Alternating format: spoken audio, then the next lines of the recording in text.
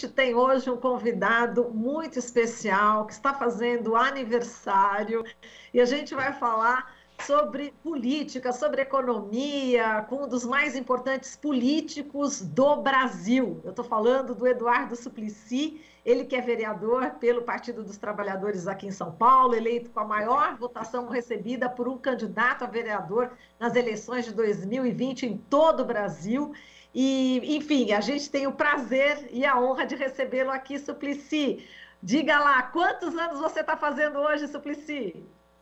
80 anos, Marilu Cabanhas, é uma alegria conversar com você pela Rádio Atual, pela TVT, e você que é uma das jornalistas de maior afinidade conosco, então sempre tive você como uma das jornalistas assim de maior credibilidade, seriedade em seus propósitos, e você tantas vezes me entrevistou na minha vida política desde o começo. Então, acho que desde 1978 você acompanha meus passos. Acho que você era menininha, não era? É verdade, Suplicy, eu era foca na Rádio Bandeirantes, quando a gente se conheceu, na verdade, e de lá para cá, muitas entrevistas mesmo. Eu tive o prazer de acompanhar todo o teu crescimento, né? O crescimento maravilhoso na sua carreira política. Tenho muita honra disso, viu, Suplicy? E eu queria que você... Bom, primeiro quero te dar os parabéns pelos 80 anos de idade. E, enfim, com toda essa vitalidade, realmente não parece que você tem já oitentinha, parece que tem bem menos. E, Suplicy, fala pra gente, inicialmente, eu quero tocar num ponto em que muitas pessoas comentam comigo, poxa, o Suplicy, ele praticamente nasceu num berço de ouro, foi criado numa família rica, de onde será que veio esse espírito de justiça social, de solidariedade, que o Suplicy carrega ao longo da sua trajetória, sempre ao lado dos sem terra, dos sem teto, dos moradores de rua, e batalhando sempre, enfim, pelos mais pobres. De onde que vem isso, Suplicy? Conta para quem tem muita curiosidade de saber. Olha, meus pais, Paulo Cochrane Suplicy e Filomena Matarazzo Suplicy, primeiro tiveram 11 filhos e filhas. Eu sou o oitavo dos 11, sabe que eu morava numa ótima casa ali na Alameda Casabranca, com a Alameda Santos, que dava de frente para o Parque Siqueira Campos, ali junto ao Trianon, hoje ao MASP, não é? E então, minha mãe até resolveu que eu, acho que pela primeira vez, que ia me ter em casa, né? E aí disse, olha, Eduardo, você acabou me dando muitos problemas, que nasceu com a cabeça muito grande. Mas meus pais eram pessoas assim muito católicas, cristãs, que nos transmitiram valores assim de sempre. Olha, a gente tinha pelo menos uma vez por semana uma oração comum diante de Jesus Cristo, assim. Então, sentado numa estatuazeta, uma estátua pequena, e meus pais costumavam dizer, olha, é tão importante, é tão importante que vocês estejam sempre unidos e com muita fraternidade e tudo, mas estes valores também precisam ir para além dos muros da nossa casa. Meu pai, por 30 anos, foi presidente da Fundação Casa do Pequeno Trabalhador, que ficava lá na Avenida 9 de Julho. Toma um pouco de água, Suplicy, toma um pouco de água, a gente espera aqui, toma com calma a água. Vou aproveitar também e tomar a minha água Tintim para você pelos 80 anos. Que bom. Diga lá, então, do seu pai. Então,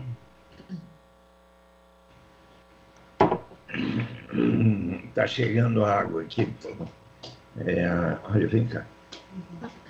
Tá, agora sim. A gente está entrevistando aqui Eduardo Suplicy pelos 80 anos de vida. Diga, Suplicy, do seu pai. Então, ah, e, até hoje existe a Fundação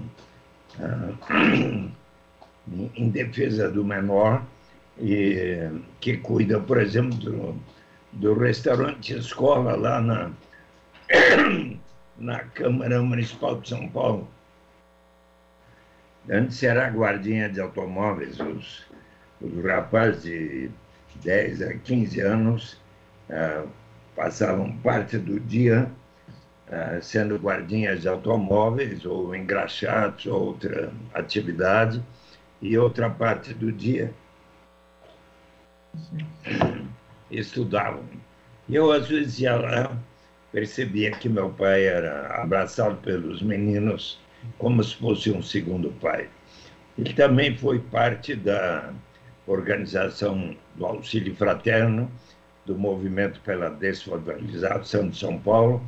Eu costumava muitas vezes acompanhá-lo.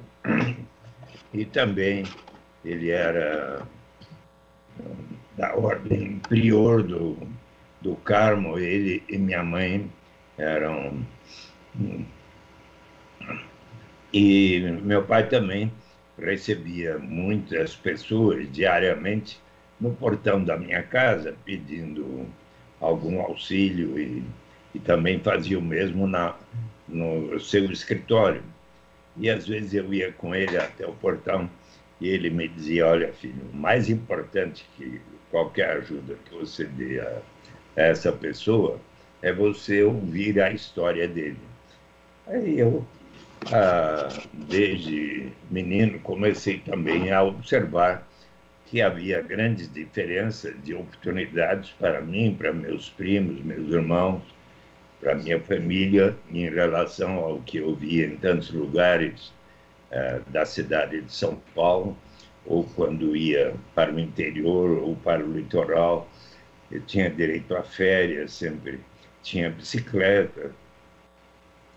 Na adolescência tive motocicleta, tive Vespa, e tinha a oportunidade de ir ora para o Guarujá, ora para a Fazenda Bragança Paulista, jogava bola com os colonos, depois ia tomar lanche com eles, às vezes ia até a casa deles, mas às vezes também eu os convidava para vir até a sede da fazenda tomar um lanche. E foi assim que essas pessoas cresceram, alguns se tornaram líderes dos trabalhadores rurais, e eu os acompanhei. E quando menino, por exemplo, acho que eu tinha assim, uns 10 anos de idade, e dormia num quarto que dava diante do Parque Siqueira Campos. E aí, às vezes era lá por volta de meia-noite, eu escutava um grito: "Uai!". Eu ia ver lá embaixo, estavam algumas mulheres levando borrachadas de policiais que as colocavam nas viaturas policiais, deixavam uns 3, 4 dias lá no distrito policial, e daí elas estavam de volta vendendo seu corpo lá. Uhum. E essas coisas me faziam muito pensar. Entendi isso. Eu tinha uns 14 anos. Uhum. E eu fiz a escola Nossa Senhora das Graças, que hoje é o Gracinha, né? E depois... Ô, Suplicy, desculpa só te interromper, é que como a gente tem pouco... Essa não está dando certo. A gente está com pouco tempo e eu queria que você falasse, são 80 anos de vida, muitos anos dedicados à política, temos aí o programa Renda Básica de Cidadania, que é a sua marca, enfim, que está em vários países. Eu queria que você falasse desses 80 anos de vida, e dos quais muitos dedicados à política, o que fica para você nessa sua experiência política, e você continua ainda hoje nessa atuação política na Câmara Municipal, quando fala, o que você mais, que te marcou mais? O que eu iria completar é que toda aquela trajetória me levou, na adolescência, depois, quando estudante de administração de empresas e tudo, querer saber como é que seria possível mudar as coisas, melhorar no Brasil.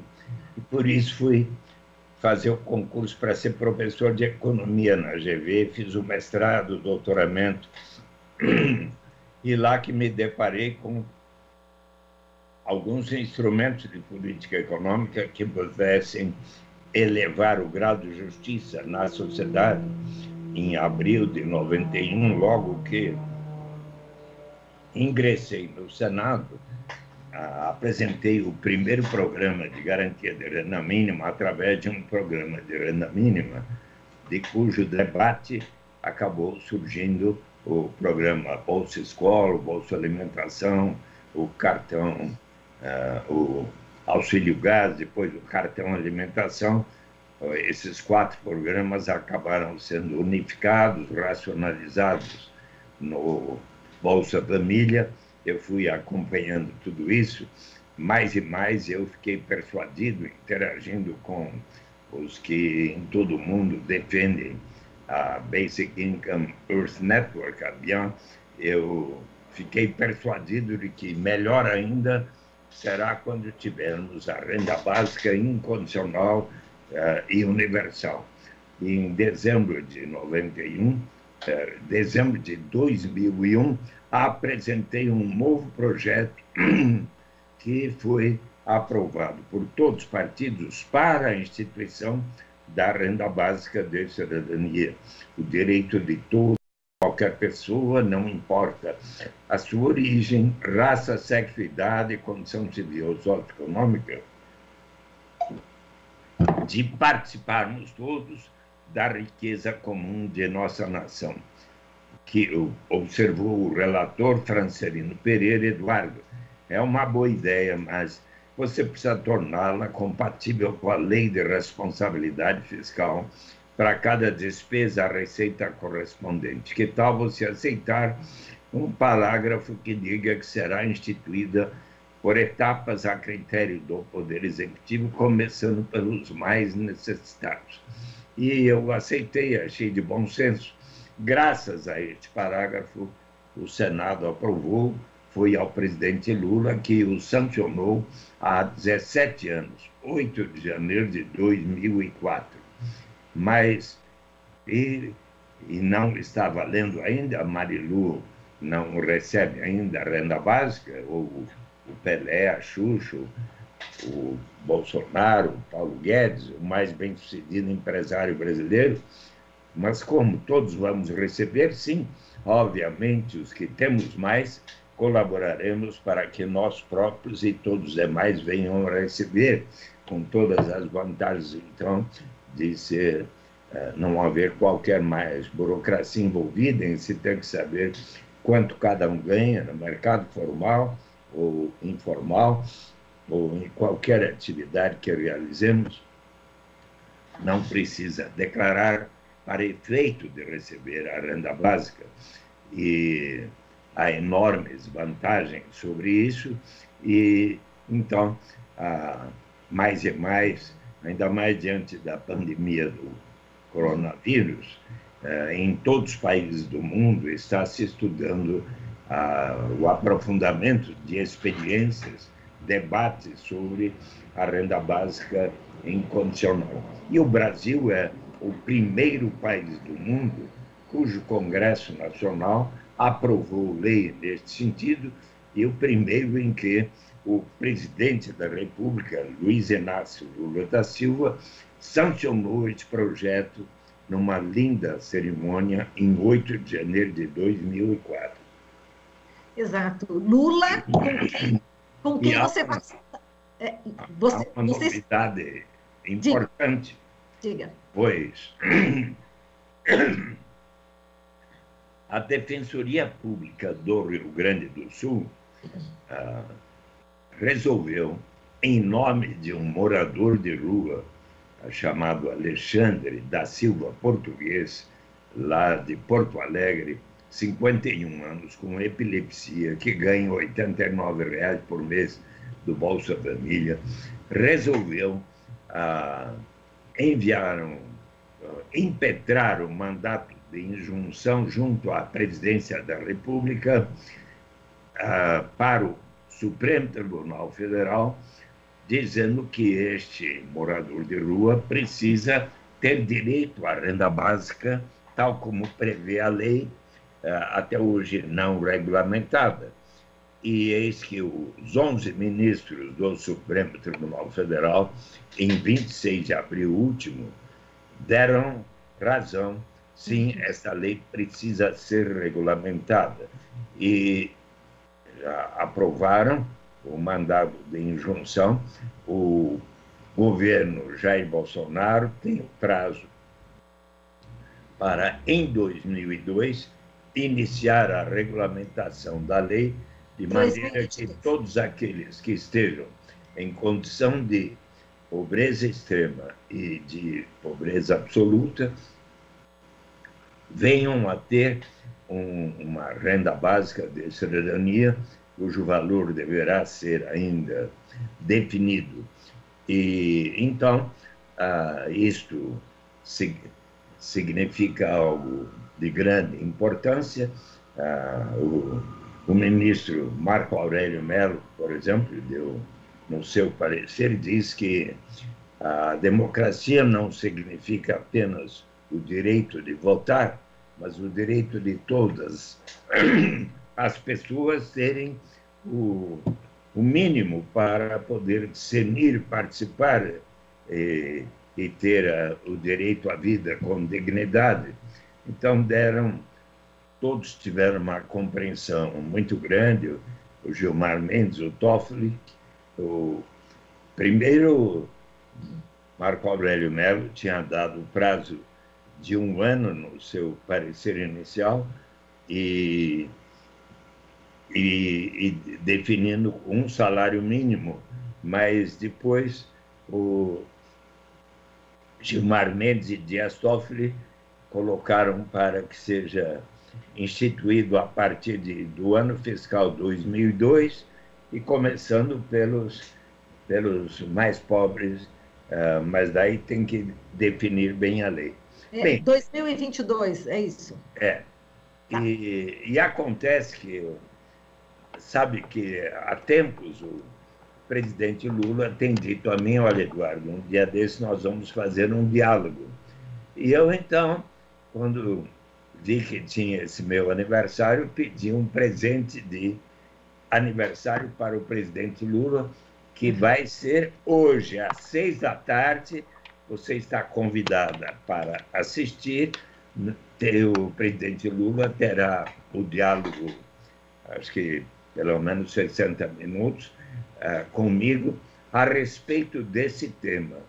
E uma das coisas que eu estarei conversando com ele é que, tendo em conta esta decisão do Supremo Tribunal Federal, todo aquele candidato à presidência da República em 2022, naturalmente deverá, então, ter em mente no seu programa como será regulamentada a lei da renda básica de cidadania.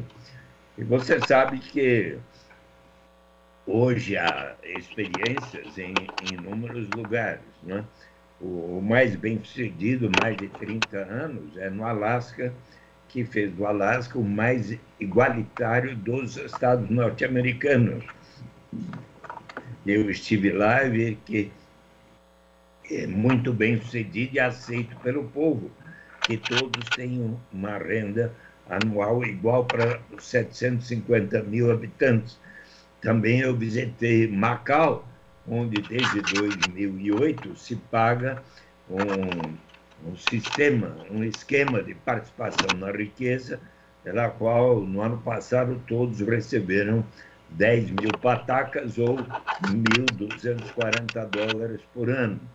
Também há experiências que foram realizadas bem-sucedidas na Finlândia. Eu também, em 2019, fui com a Mônica Dallari fazer uma visita de 8 dias para o Quênia, as vilas rurais pobres do Quênia, com uma experiência formidável em que todos adultos de 18 anos ou mais, homens ou mulheres, passaram a receber de uma instituição Give Directly, de erradicação da pobreza, formada pelos formandos das universidades de Harvard e do MIT.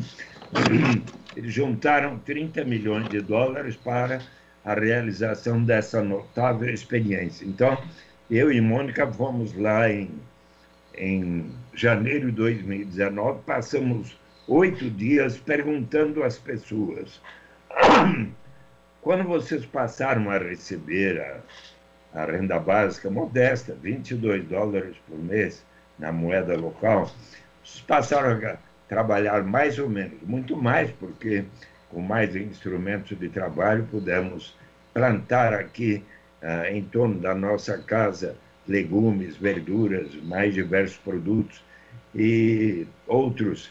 Nós compramos mais instrumentos de pesca para pescar aqui no lago. Outro que adquiriu uma motocicleta para transporte de coisas e de pessoas. E como é que foi, a partir de quando vocês passaram a receber o relacionamento em casa e na comunidade? Nós, marido e mulher, começamos, no dia que a gente recebe os 22 dólares, nos reunimos para decidir como é que vamos gastar aquele dinheiro.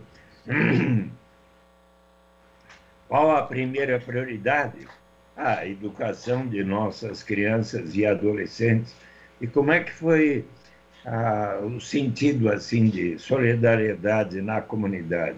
Bem, por exemplo, formamos grupos de 10 mulheres que a cada mês nós todas emprestávamos para uma de nós uma quantia maior para poder comprar um instrumento, algo melhor para casa. Que maravilha! Suplicy. Qual foi o efeito assim na família? Bem, a violência doméstica a partir do 3º ano diminuiu em 51% contra as mulheres e a violência sexual diminuiu 66%. Ou seja, você veja que, Marilu, cada vez que eu fui visitar essas experiências, eu fiquei tão entusiasmado.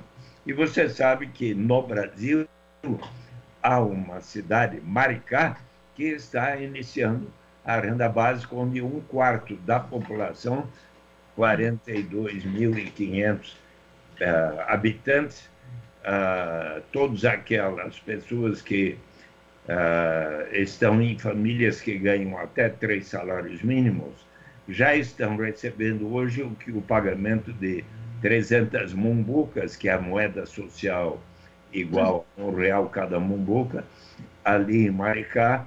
E a expectativa, antes do prefeito Washington Quaquá e agora do Fabiano Horta, que é o atual prefeito, ambos do PT, é que até 2024, toda a população, que hoje é de 162 mil habitantes, estará recebendo. E então, eu até não sei se você, Marilu, e a Rádio Atual e a TVT já foram a Maricá para fazer uma reportagem especial. Você já foi? Não, eu não fui, porque eu estou agora na ancoragem, eu morro de vontade de ser repórter. Mas, enfim, Suplicy, eu te peço desculpas, mas a gente já terminou o horário, e como nós temos agora emissoras de televisão de vários estados do Brasil, a gente tem que encerrar imediatamente. Mas eu peço para você 1000 desculpas e parabéns pelos 80 anos de vida, foi uma honra falar com você. Um super beijo e a gente volta a falar sobre esse tema, querido. Parabéns! Que Parabéns! honra! Um dia nós vamos passar da pandemia até Maricá para ver junto como é que está andando. Vamos lá! Um beijo, Suplicy! Um beijão, muitíssimo obrigado. Aqui você ouve as notícias que os outros não dão.